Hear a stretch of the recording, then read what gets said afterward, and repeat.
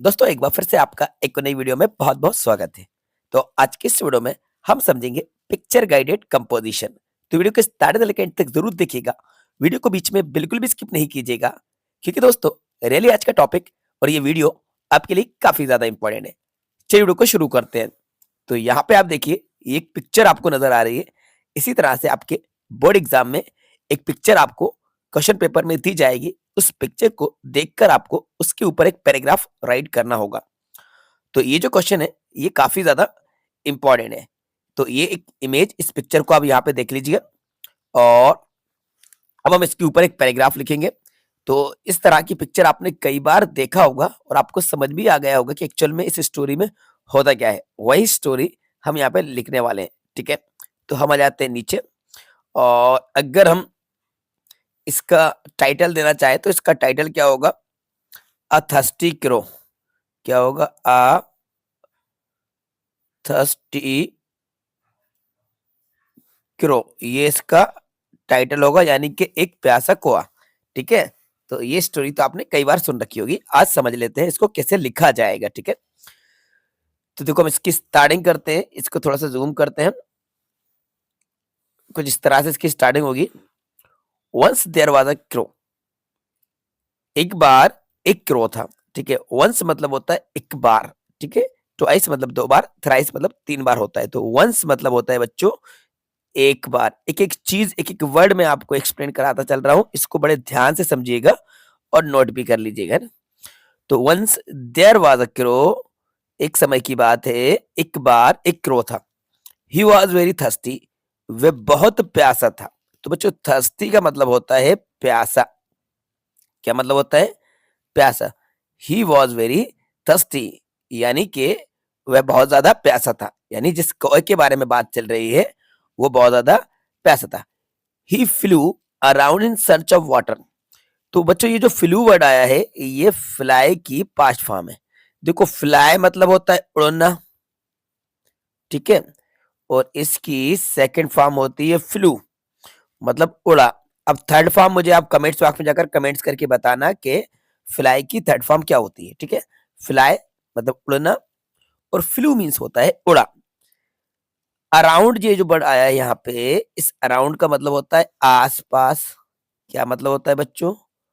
आस पास। और in search मतलब होता है तलाश में, और अब वाटर। अब पूरे सेंटेंस का मतलब समझ लीजिए। He flew around in search of water, वह पानी की तलाश में आसपास उड़ा। ठीक है, सून ही सा अ पिक्चर। सून मतलब होता है जल्दी ही। हिस्सा मतलब उसने देखा। सी की सेकंड फॉर्म, सी मीन्स होता है देखना, और सा मीन्स क्या हुआ? देखा, क्योंकि स्टोरी पास्ट में चल रही है। सून ही सा अ पिक्चर। बच्चों पिक्चर मतलब होता है पॉट, यानी कि घड़ा, जिसको मटका भी कहते हैं, घड़ा। तो सून ही सा अ पिक्चर, जल्दी ही उसने एक पिक्चर देखा। There was very little water in it at the crow could not drink it. There was very little water. Very little water मतलब कि वो जो पिक्चर था उस पिक्चर में बहुत ही कम पानी था। And the crow could not drink it, और क्रो जो है उसको पी नहीं सका। यानी कि क्रो पानी को इसलिए नहीं पी सका क्योंकि पानी जो था वो बहुत ही ज्यादा कम था, जिससे कि उसकी जो बीक थी वो वाटर तक नहीं पहुंच पाई उस पिक्चर में। ठीक है, आगे समझते हैं। ही thought for a while. Thought मतलब होता है उसने सोचा। थॉट जो है ये थिंक की पास्ट फॉर्म है। थिंक मीन्स होता है सोचना और थॉट मीन्स सोचा। तो he thought for a while, for a while means होता है थोड़े टाइम के लिए, in a short time. He thought for a while, कुछ समय के लिए उसने सोचा। An idea stuck his mind, और उसके दिमाग में एक आइडिया आया।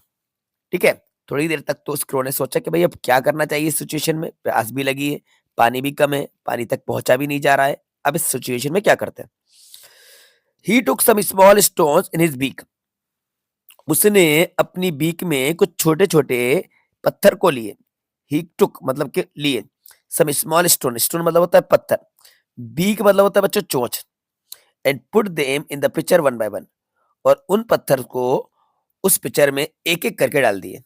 ठीक है, तो उस क्रो ने क्या किया, यहाँ पे आप देख लीजिए, ये इमेज में आपको सब दिख रहा है। तो पहली वाली इमेज में देखो, स्टार्टिंग में क्या था कि क्रो ने पिक्चर को देखा, वाटर पीने की कोशिश करी, लेकिन पानी कम था, नहीं पी सका। सेकंड में उसके माइंड में आइडिया आया और इस पिक्चर को लेकर उसने मतलब इन स्टोन्स को, स्मॉल स्टोन्स को पिक्चर में डाल दिए। अब थर्ड में क्या होगा वो देख लीजिए। Thus, after some time,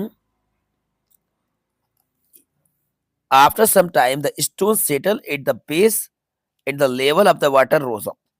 उसके बाद कुछ टाइम बाद वो जो स्टोन थे वो पिक्चर के लेवल में यानी बेस में सेट हो गए और वाटर लेवल बढ़ गया। क्या हो गया, नीचे जाने के उसकी तली में जाके वो पत्थर जम गए और वो जो वाटर लेवल है वो बढ़ गया, वाटर ऊपर आ गया, जैसे कि आप इमेज में देख सकते हैं। The crew drink water and flu away. उस क्रू ने पानी पिया और वहां से वे उड़ गया। देयरफॉर इट इज सेड, इसीलिए ऐसा कहा जाता है कि where there is will there is a way. जहां पे उम्मीद है, जहां पे विल है, वहां पे रास्ता है।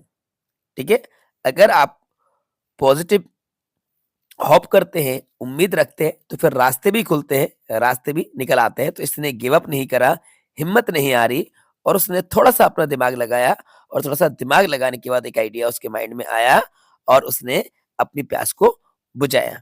तो इस तरीके से क्रो ने एक समझदारी वाला काम किया और इन स्टोन्स को उस पिक्चर में डाल के वाटर लेवल को ऊपर करके उसने पानी पिया और वहां से उड़ गया। ओके स्टूडेंट, तो ये काफी ज्यादा मोटिवेशनल और काफी ज्यादा इंटरेस्टिंग स्टोरी थी जो हम बचपन से सुनते आ रहे हैं। तो ये मैंने आपको यहाँ पे एक्सप्लेन करा दिया है। अगर आपके एग्जाम में ये क्वेश्चन आता है तो मैं उम्मीद करता हूँ कि आप इसको अच्छे तरीके से लिख कर आएंगे, बहुत अच्छे तरीके से वर्ड टू वर्ड जैसे मैंने आपको एक्सप्लेन कराया है वैसा आप इसको बिना मिस्टेक करे लिख के आएंगे। अब ऐसा नहीं है कि एग्जाम में यही आए भाई, 90% तो मैं आपसे चांसेस कह सकता हूँ कि भाई एग्जाम में आने के चांसेस हैं इसके, लेकिन इसके अलावा दूसरे क्वेश्चन भी आपके आ सकते हैं। तो उन टॉपिक के ऊपर भी हम वीडियो लेकर आएंगे और आपको एक्सप्लेन कराएंगे। देखो ये टॉपिक आपके लिए काफी इंपॉर्टेंट है, स्पेशली उन स्टूडेंट्स के लिए जो 100% स्कोर अपने एग्जाम में करना चाहते हैं। तो वो इस टॉपिक को अवॉइड करके बिल्कुल नहीं आइएगा, क्योंकि ये जो टॉपिक है ये टॉपिक आपके एग्जाम में आएगा, क्योंकि ब्लूप्रिंट में ये सिलेबस में आपके ये टॉपिक है पिक्चर गाइडेड कंपोजिशन के नाम से। आप प्रीवियस ईयर के क्वेश्चन पेपर को देख लीजिए, प्रीवियस ईयर भी इस तरह के क्वेश्चन आए हैं और इस साल 2025 में भी ऐसे क्वेश्चन आपके एग्जाम में आएंगे। ठीक है, अब एक और जरूरी जानकारी हम आपको बता दें कि हम आपके लिए इंपॉर्टेंट क्वेश्चन के एक सीरीज लेकर आए हैं जिसमें हम आपको chapter wise important question provide करा रहे हैं। अभी जो हमने पहली वीडियो को अपलोड किया है उसमें हमने 1 से लेकर 3 तक के प्रोज के हमारी फर्स्ट फ्लाइट के इंपॉर्टेंट क्वेश्चन प्रोवाइड करा दिए हैं, और जल्दी ही इसका सेकंड पार्ट आएगा जिसमें हम आपको 4 से लेकर 6 तक के इंपॉर्टेंट क्वेश्चन प्रोवाइड करा देंगे। तो इन सभी क्वेश्चंस को आप नोट करते चलिए और लर्न करते चलिए, जिससे कि आपकी इंग्लिश की प्रिपरेशन अच्छी हो सके। इसके अलावा ग्रामर के भी क्वेश्चंस हम आपको प्रोवाइड कराएंगे, ग्रामर की भी तैयारी इसी चैनल पर हम करवाएंगे। तो बच्चों उम्मीद करते हैं कि वीडियो आपको पसंद आई होगी और वीडियो आपके लिए काफी ज्यादा हेल्पफुल रही होगी। तो इस वीडियो को लाइक जरूर कीजिएगा, अपने सभी फ्रेंड्स के साथ ज्यादा शेयर कीजिएगा। चैनल पर नए नए हैं तो चैनल को सब्सक्राइब कर लीजिएगा। Thanks for watching.